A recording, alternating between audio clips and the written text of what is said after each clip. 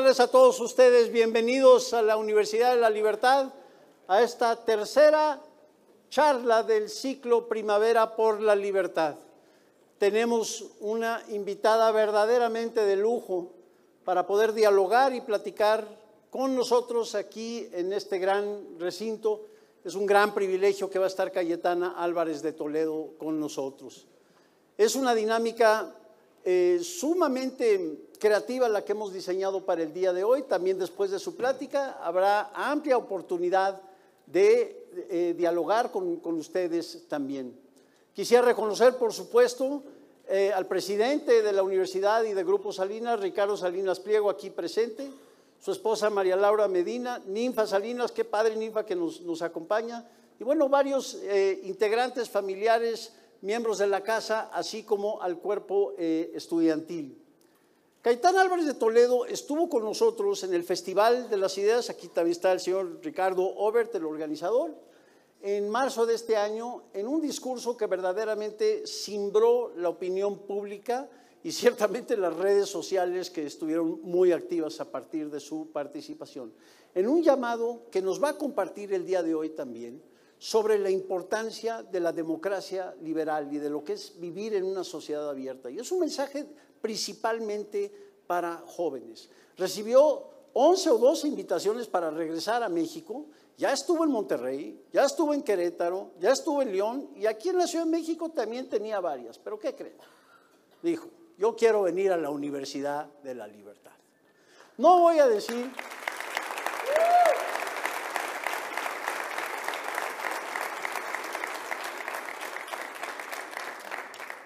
No voy a leer su currículum, no les voy a decir de su gran trayectoria intelectual, política, como periodista, intelectual pública y como persona también, como una gran persona.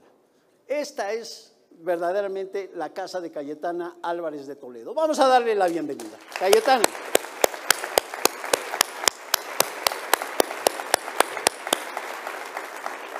Muchas gracias. Gracias a ti, Cayetana.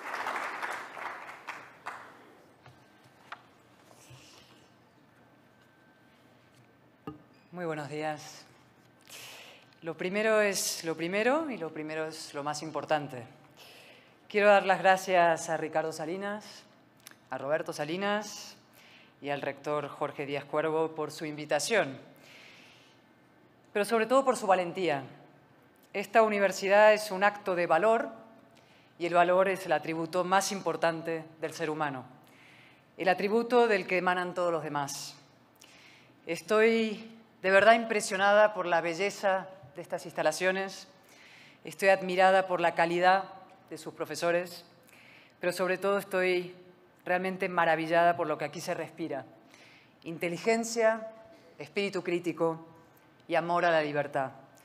Amor a la libertad y a México. En estos tiempos no hay mayor acto de patriotismo que enseñar a los jóvenes a valorar, buscar y defender la verdad. La verdad existe, la verdad importa, la verdad es la base de la democracia. Y eso es lo que he estado conversando con un grupo brillante de jóvenes esta mañana hoy aquí. Y ahora sí, a la cuestión. ¿Hay algún niño en el auditorio?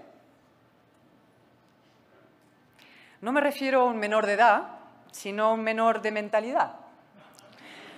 A un joven que, pudiendo ser adulto, preferiría seguir siendo niño o incluso adolescente, eternamente adolescente, como Peter Pan. Si hay alguno, mejor que se tape los oídos, porque no vengo a dirigirme a los niños. Vengo a dirigirme a los jóvenes mexicanos que sí quieren ser adultos, es decir, que aspiran a ser ciudadanos libres, fuertes e independientes, dueños de su propio destino, incluso dispuestos a contribuir a un mejor destino colectivo. Voy a plantearles una serie de preguntas que espero estimulen la reflexión y un fértil diálogo posterior. Primera pregunta. ¿La política importa? ¿Cuánto? ¿Mucho? ¿Poquito? ¿Nada? Por favor, no me digan nada, aunque podría comprenderlo. Yo soy política, pero antes fui periodista y en mi primera vida, hasta los 26 años, historiadora. Mi maestro fue uno de los grandes hispanistas del siglo XX Se llamaba Sir John Eliot y era un hombre vertical, austero, íntegro y exigente.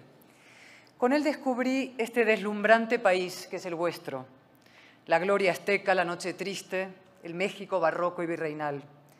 Con él aprendí a valorar los hechos objetivos, limpios, y la palabra clara.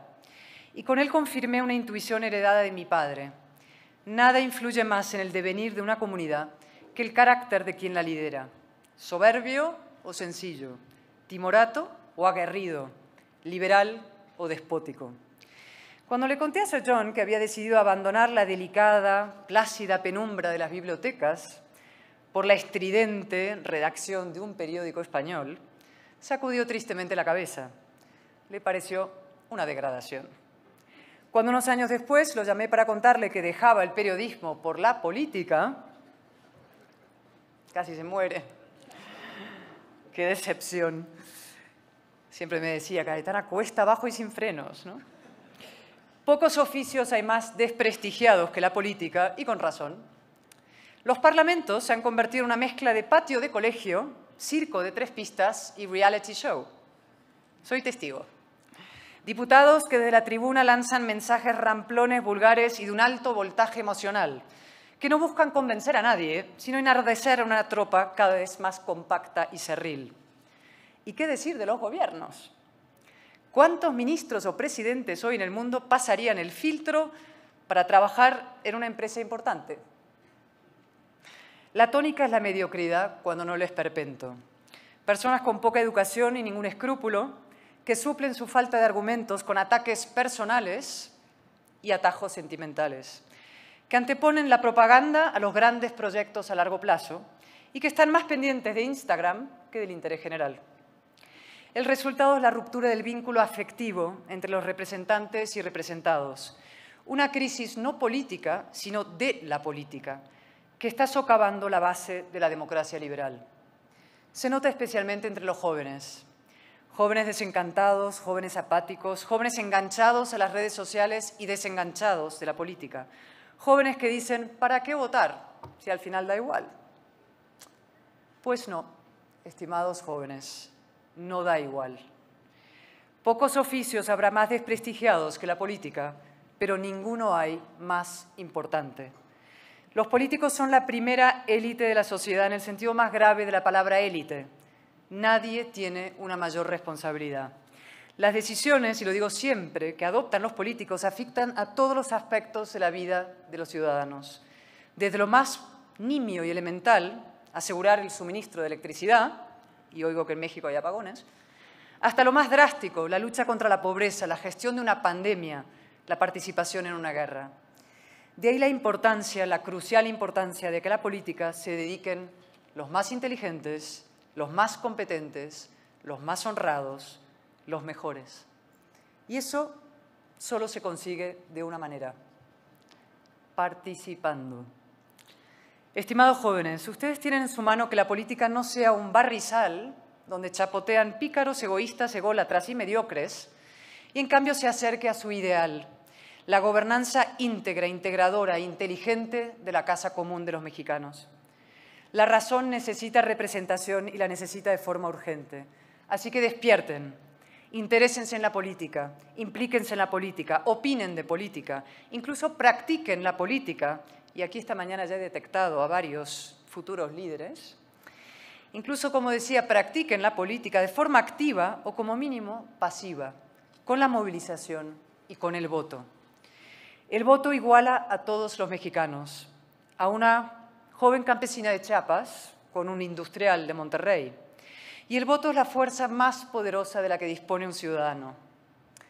¿Han visto la Guerra de las Galaxias? ¿Quién no, no? El voto es como el sable de luz, ¿no? Ese sable de luz, que permite restituir la justicia y la paz y derrotar al gran traidor. Por gran traidor me refiero a Darth Vader, ¿eh? No me sean mal pensados. ¿Van a renunciar a ese derecho? ¿Van a renunciar a ese poder? Ahora que tanto se habla de empoderamiento, no hay mayor empoderamiento que el voto. Voten, voten con fuerza, voten con ganas. La apatía no es una opción, porque en el páramo de la apatía solo crece un fruto y es amargo. Se llama populismo. ¿Qué es el populismo? Esta es mi segunda pregunta. El populismo no es una ideología, hay populismo de derechas y de izquierdas, de centro y de la nada. Tampoco es exactamente una forma de hacer política. Más bien es la antipolítica. Su principal enemiga porque se disfraza de política para destruirla. El populismo es el impúdico culto al pueblo con espurios fines antidemocráticos. Suena un poco enrevesado, incluso un poco pedante, creo. Así que vamos a explicarlo. El populista tiene dos pésimas costumbres. La primera consiste en tratar a los ciudadanos como si fueran menores de edad, a los que no se les puede decir la verdad, no vaya a ser que no la entiendan, o peor aún, que sí la entiendan y luego no les voten. Esa pésima costumbre se multiplica en los discursos dirigidos a los jóvenes. Ahí el populista se convierte en el hada madrina de un cuento infantil. Todo mimos, todo halagos, todo promesas de imposible cumplimiento. Una vida subvencionada, becada, gratis total, ¿no? En realidad, más que una madrina, o una hada madrina, el populista es un padrino, a lo Vito Corleone. O por seguir con la metáfora fílmica, cinematográfica, ¿se acuerdan del libro de la selva, versión Disney? El populista es como la serpiente Kaa, que le canta al hipnotizado Mowgli, confía en mí, solo en mí, mientras va enroscándose a su alrededor para devorarlo, ¿no? El populista trata a los ciudadanos como a niños para asumir él o ella la condición de tutor perpetuo. No quiere ciudadanos libres, sino súbditos dependientes de su soberana voluntad. Tú para siempre, mi siervo, yo para siempre, tu amo. La segunda característica del populista es su afición al divide y vencerás. Como no puede gobernar por adhesión, por suma, lo hace por odio. El populista rompe la sociedad en grupos y los enfrenta. No gobierna para todos, sino contra una mitad. Su fin es el poder absoluto y su medio la polarización. Ricos contra pobres, trabajadores contra empresarios, mujeres contra hombres, indígenas contra colonos, mexicanos contra españoles, mexicanos contra españoles. La utilización espuria de la historia con fines victimistas y políticos es otro típico recurso populista. El populista culpa a terceros, a veces muertos hace 500 años, Cristóbal Colón, Hernán Cortés, no sé, la Malinche, de los problemas que él no tiene la capacidad o la voluntad de resolver hoy. Así, se dedica a derribar estatuas en lugar de construir aeropuertos. En realidad, el populismo está al alcance de cualquiera. Basta plantarse ante las cámaras todas las mañanas y apelar a las bajas pasiones que anidan en el fondo turbio del ser humano. La envidia, el miedo, el odio, el rencor. Denunciar el infierno en la tierra o prometer el asalto a los cielos. Señalar a un enemigo fácil, la casta, los empresarios, el capitalismo, los liberales, Occidente, los hombres.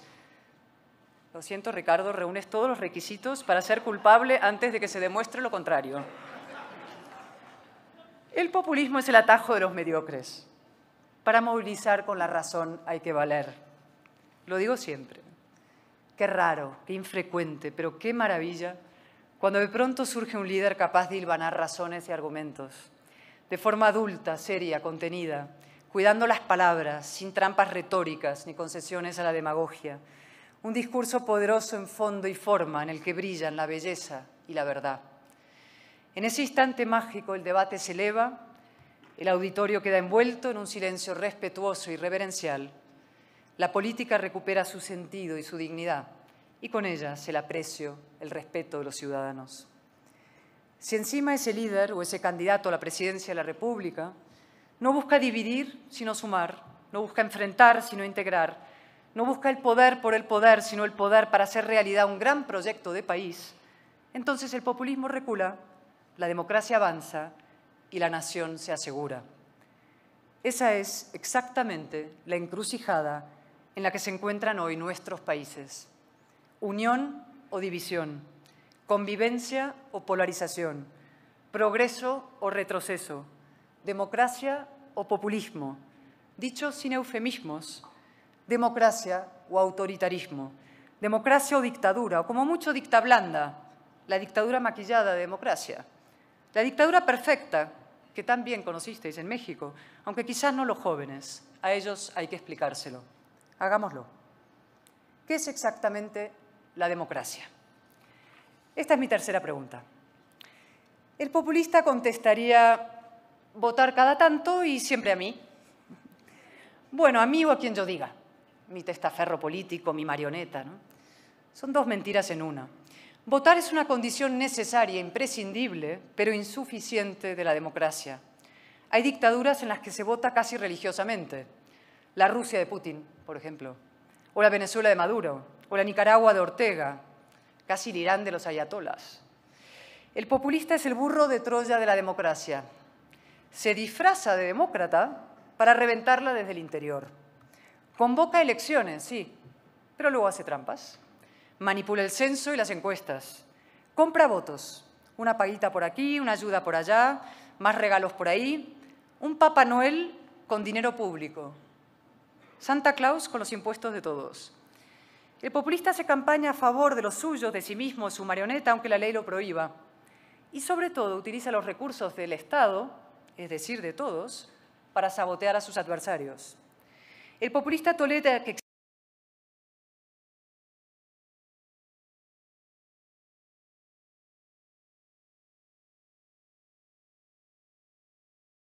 populista, por ejemplo, hay contrapoderes, sí, pero son de cartón piedra.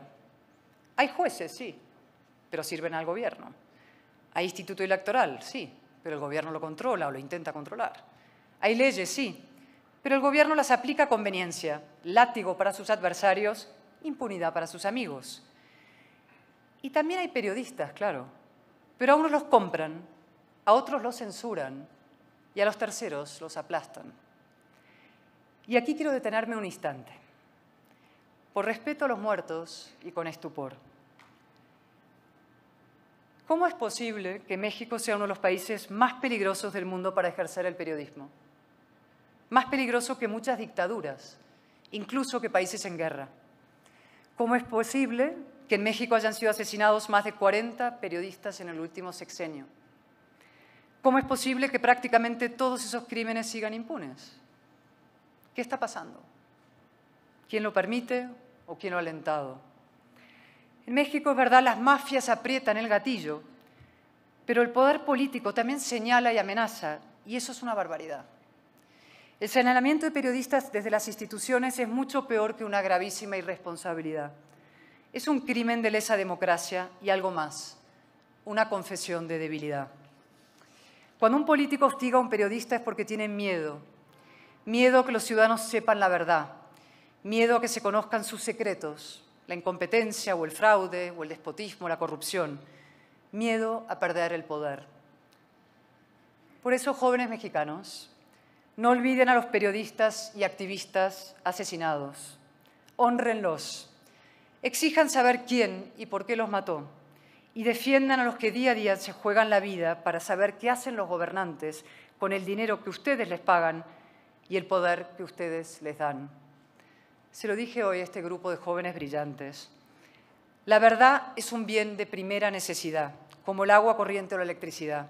Sin verdad no hay democracia, ni libertad, ni progreso, ni seguridad. Lo dijo también uno de los grandísimos líderes de la historia, Abraham Lincoln, en una frase que preside el maravilloso Museo de la Prensa en Washington, el News Museum, y que hoy está más vigente que nunca.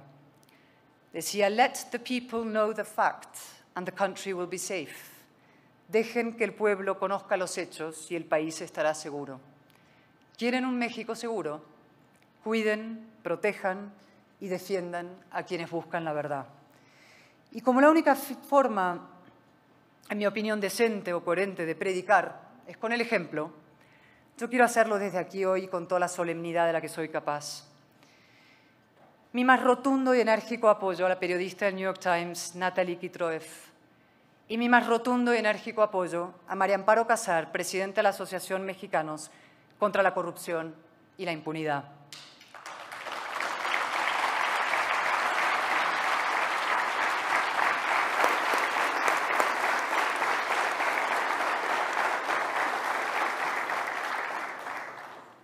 El hostigamiento del que son víctimas deja en evidencia la deriva autoritaria de quien las hostiga, su deriva autoritaria y su miedo a perder el poder. Cuarta pregunta relacionada con la anterior. ¿Puede haber democracia sin seguridad? Lo dije en el Festival de las Ideas de Puebla, maravilloso festival, por cierto. Pocas veces he visto algo tan bien organizado y producido. Y lo repito hoy aquí porque la situación no ha variado en mes y medio y porque yo quiero para los mexicanos lo mismo que para mí. México, esta nación admirable, este país formidable, esta potencia económica y cultural impresionante, está siendo tomada por el crimen organizado con la complacencia de quienes deberían defenderla. Lo dije entonces, abrazos no balazos, o abrazos a los que dan balazos. El eslogan es maravillosamente redondo y bonito, pero el resultado es devastador. Devastador para la democracia y sobre todo para los jóvenes. Miles de jóvenes mexicanos se están matando y muriendo. Miles de jóvenes mexicanos están viendo truncadas sus vidas en los cementerios y en el AMPA.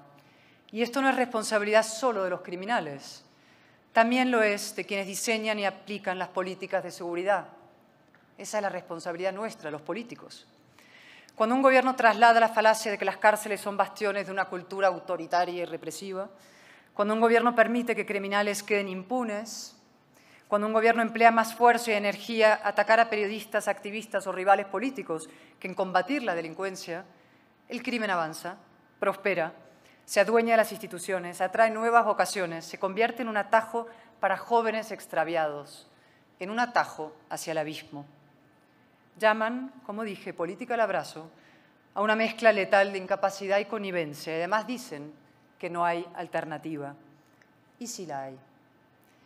Vuestro país no está condenado a sufrir más de 30.000 asesinatos al año, 180.000 en el último sexenio.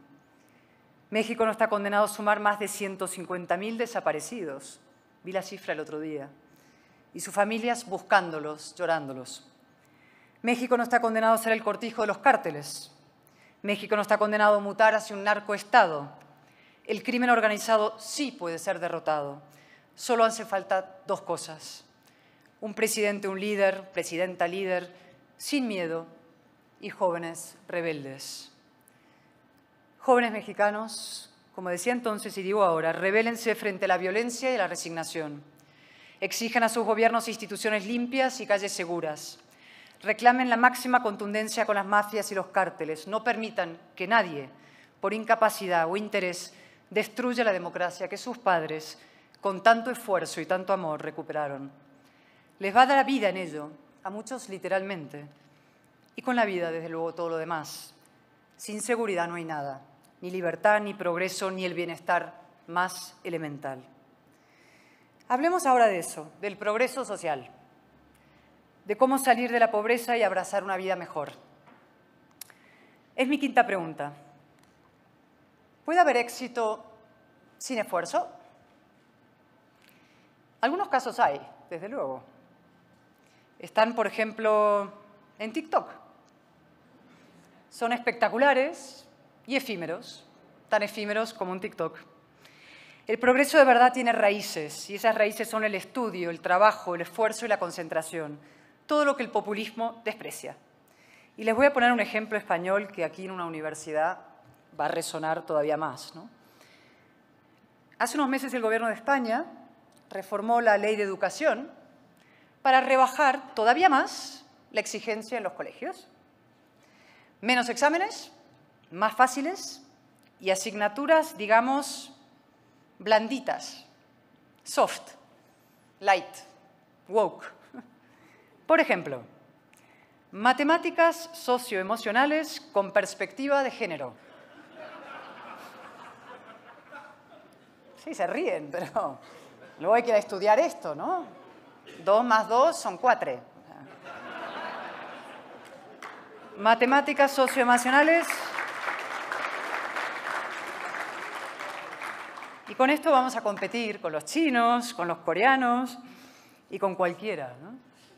Lo saben muy bien los empresarios mexicanos, que están entre los mejores del mundo.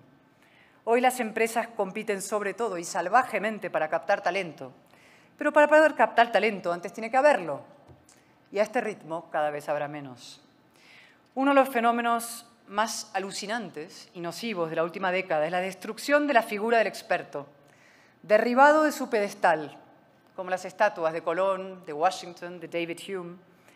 El periodista convertido en tuitero. El parlamentario, yo, reducida a palmero, ¿no? Los que aplauden a unos o al otro. El científico homologado al curandero. Y en cambio, el influencer, erigido en preceptor y maestro, el instagramer encumbrado como un oráculo y cualquiera elegido presidente del gobierno. Flotamos en la era de la mediocridad. El conocimiento, la experiencia y el mérito, los hechos, la ley y el esfuerzo, los pilares del progreso, los verdaderos pilares del progreso, han sido arrumbados como si conformaran un canon caduco, el reaccionario mundo de ayer. Lo que importa ahora son mis opiniones y sobre todo mis sentimientos. El fluido, autodeterminado y determinante yo, moi, mí. No es que el mérito se desprecie, es que se combate con la hazaña del cruzado. Y eso es nuevo. Nunca se había politizado la ignorancia como ahora. Nunca se había hecho de la mediocridad y hasta del muera la inteligencia una consigna moral. Nunca las universidades, incluidas las más prestigiosas del mundo, Harvard, Yale, Princeton, mi querido Oxford, se habían apartado tanto de su razón de ser, que es cultivar el espíritu crítico, el conocimiento objetivo y el derecho a discrepar. Todo lo que ustedes, mis admirados inconformes aquí, van a rescatar para aventura de la juventud mexicana y no solo mexicana. Esto no es tanto una guerra cultural como una guerra contra la cultura. Lo que algunos están promoviendo es un auténtico apocalipsis cognitivo. Creen que cuanto más ignorante sea la gente, más les va a votar a ellos. Y probablemente tengan razón, claro, pero ¿a qué precio? La ignorancia es el combustible del populismo y el populismo es incompatible con el progreso. Yo no tengo, lamentablemente, 25 años, ya me gustaría porque me afiliaría inmediatamente aquí, me alistaría para intentar estudiar aquí, ni tampoco 30, pero los he tenido y lo sé. Nada sirve más a un joven que el estudio, el esfuerzo, el conocimiento y los libros.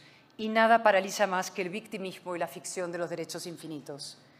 El populismo es pan para hoy y hambre para mañana. Hipersusceptibles, ofendidísimos, rapidísimos en inventarse agravios y reacios a asumir riesgos, muchos jóvenes son hoy candidatos fijos a un desengaño histórico y nuestro deber principal es evitárselo.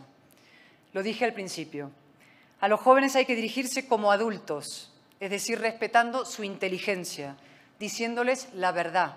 Y la primera verdad, la más difícil pero conmovedora de las verdades, es que su destino está en sus manos, no en las de ningún político, ni de derechas ni de izquierdas, tampoco en las del Estado, en las suyas.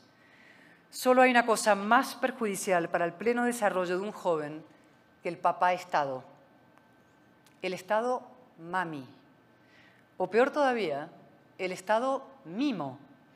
El Estado de los mimos y cuidados integrales que prometen los populistas como si el dinero público cayera del cielo. Spoiler, no cae.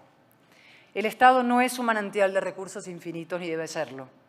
No se acaba con la desigualdad igualando a todos por lo bajo y no se lucha contra la pobreza destruyendo la riqueza. Al revés, exactamente al revés. Y de eso hemos estado hablando con Ninfa esta mañana. Por eso, estimados jóvenes, les digo insistentemente, disfruten de la vida, aspiren a la felicidad, al placer y al bienestar. Pero no atiendan los cantos de sirena de quienes les prometen un camino de rosas, una larga siesta subvencionada. Acabarán estrellándose contra las rocas. No acepten la transacción mefistofélica del populista que les dice «entréguenme su libertad, que yo les aseguraré su bienestar». Se quedarán sin libertad y sin bienestar. Exijan a los políticos que les digan la verdad, que no será siempre fácil ni cómoda, pero es el suelo más sólido y más firme que pueden pisar. Sepan que el mérito existe, la excelencia importa y la valentía es imprescindible. Y huyan también del victimismo social, identitario o de cualquier clase. Las políticas identitarias son una moderna forma de servidumbre.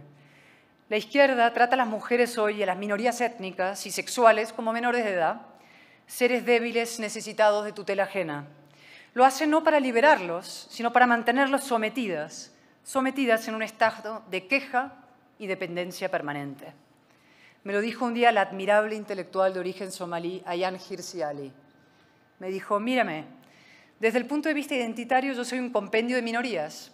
Soy mujer, soy negra, soy musulmana, apóstata, pero no, yo soy mucho más que todo eso.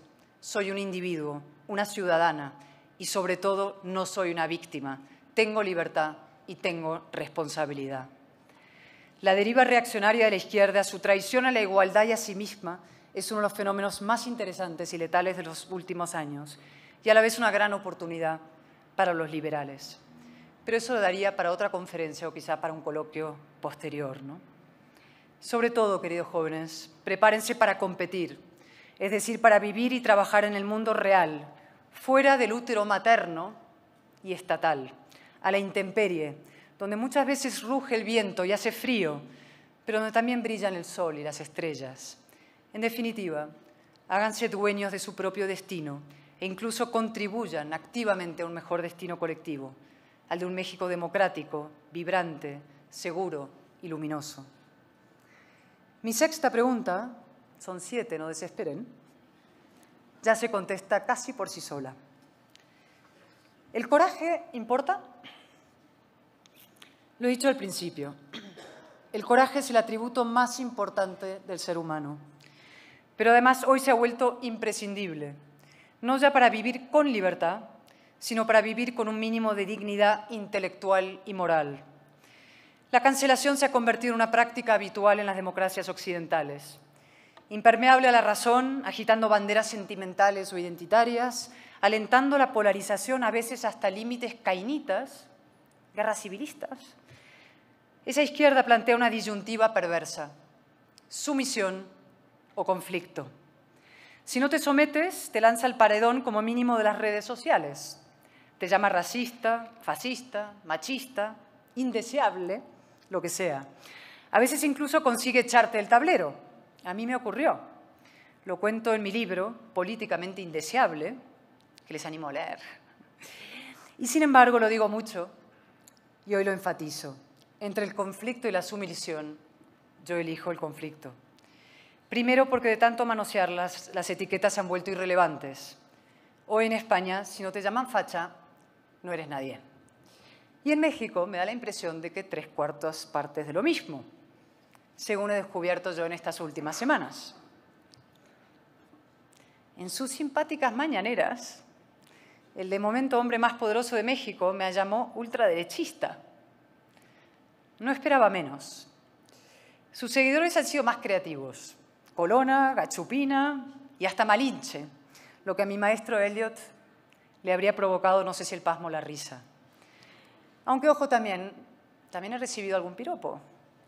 Por ejemplo, el piropo más bonito que me han hecho en mi vida. Cayetana, hermana, ya eres mexicana. Más allá...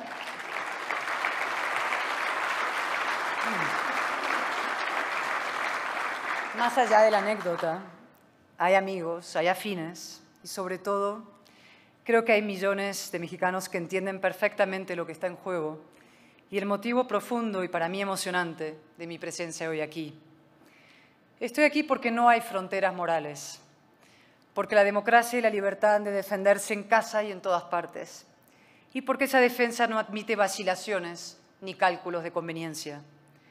Se lo explico con amor a mis hijas de 12 y 15 años. El conflicto es una consecuencia inevitable de cualquier gran emprendimiento humano. La vida al baño María no existe, y mucho menos la militancia democrática al baño María. Defender la libertad, denunciar la corrupción, el autoritarismo, el abuso de poder, combatir la delincuencia o el crimen organizado, nada de esto puede hacerse sin un alto grado de resistencia, sin conflicto y sin coste. A veces ese coste supera lo más sagrado. Pienso en mi querida amiga María Corina Machado, una heroína incombustible en Venezuela. En Alexei,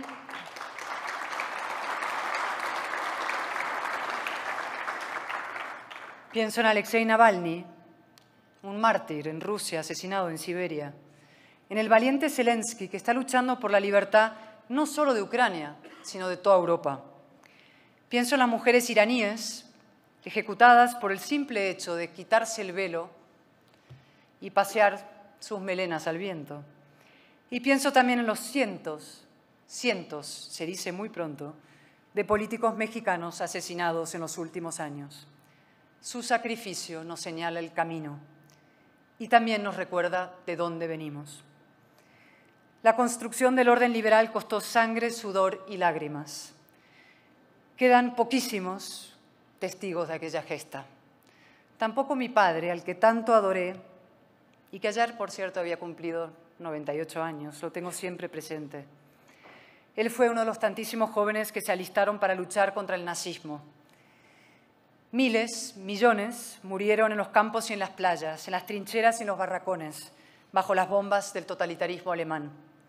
A sus cuerpos mutilados inertes se suman los millones de hombres y mujeres sepultados por la implacable apisonadora comunista. El orden liberal es una delicada mezcla de inteligencia, humanidad y valentía, y su defensa exige sacrificios a los que nuestra generación no está acostumbrada. Pero no hay alternativa. Fuera del orden liberal solo hay fuerza y violencia, decadencia y desolación. Fuera de la democracia no hay libertad, ni paz, ni progreso, ni civilización.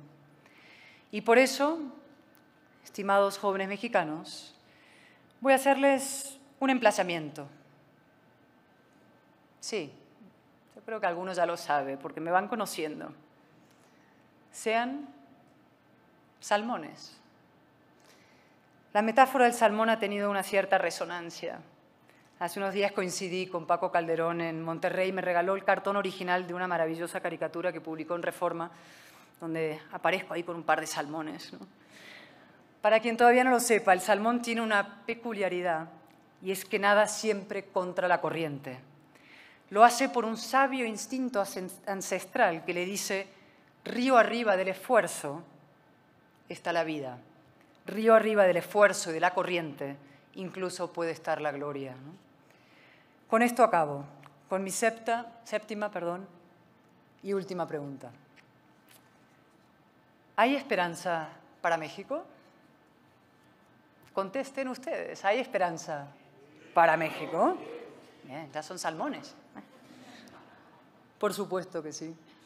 Claro que hay motivos para la inquietud profunda, aquí y en todo el mundo. En Europa suenan tambores de guerra. Rusia golpea, Irán amenaza, China avanza. En Estados Unidos las elecciones rozan la caricatura. Iba a decir algo, pero me voy a callar. En América Latina los viejos flagelos perduran. El caudillismo, la pobreza, la polarización. ¿Y qué decir de España? Daría para otra conferencia. Y sin embargo yo no consigo desanimarme y ustedes tampoco deben hacerlo. Todo lo contrario. El pesimismo es la coartada de los cobardes, la excusa para no hacer nada. Y algo peor, el pesimismo es el mejor aliado del populismo. El apocalipsis es otra forma de utopía que los populistas aprovechan para justificar la llegada de un caudillo, un mesías, un salvador o su discípula. El optimismo, en cambio, es combativo y constructivo. El optimista se levanta del sofá y hace lo que tiene que hacer cualquiera con un mínimo conocimiento de la historia y del impresionante progreso que la humanidad ha experimentado en los últimos 3 siglos. Trabajar para que ese progreso continúe. Asumir tu responsabilidad. Bajar a la arena. Defender la democracia. Luchar para mejorar tu vida y la de tus vecinos. Intentar que cuando llegue la muerte, que llegará, mi optimismo tiene un límite, alguien escriba en tu lápida con mano agradecida: hizo todo lo que pudo, por él o por ella no quedó. Ese es mi lema vital, que por mí no quede. Y ese es también el emplazamiento que les hago esta mañana, que por ustedes tampoco. Estimados jóvenes y estimados no tan jóvenes, quedan apenas 15 días para unas elecciones decisivas. No se distraigan, ni se duerman, ni se resignen. La resignación te lleva a aceptar lo inaceptable desde la falsa premisa de que no hay alternativa. Y México la tiene. No tengan miedo, exijan elecciones limpias, desenvainen esos sables de luz. Acaben con el autoritarismo, el crimen y la corrupción. Voten con fuerza y con valor. No den la democracia por hecha, defiéndanla. Defiendan el legado de la revolución de los pulgares pintados. Votar no es solamente un privilegio, votar es una obligación cívica y moral. En definitiva, asuman su responsabilidad como lo que son, adultos. Sean libres, sean audaces, sean valientes, sean patriotas, sean mexicanos, sí, en el sentido más exacto y emocionante de la palabra. Mexicanos, es decir, ciudadanos, propietarios de un porvenir luminoso, protagonistas de un México en paz. Y un comentario final ahora, a modo ya de sugerencia. Querido Ricardo, querido Roberto, querido rector, ¿y se adoptan el salmón como símbolo o mínimo mascota de esta magna institución? Creo que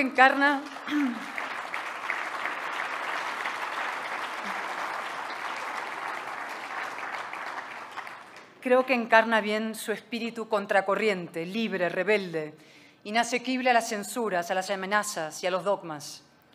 La Universidad de la Libertad, bastión del espíritu crítico, baluarte de la excelencia, referente de esa nueva juventud mexicana que estoy segura que el próximo 2 de junio dará al mundo una lección de compromiso con la democracia. Muchísimas gracias.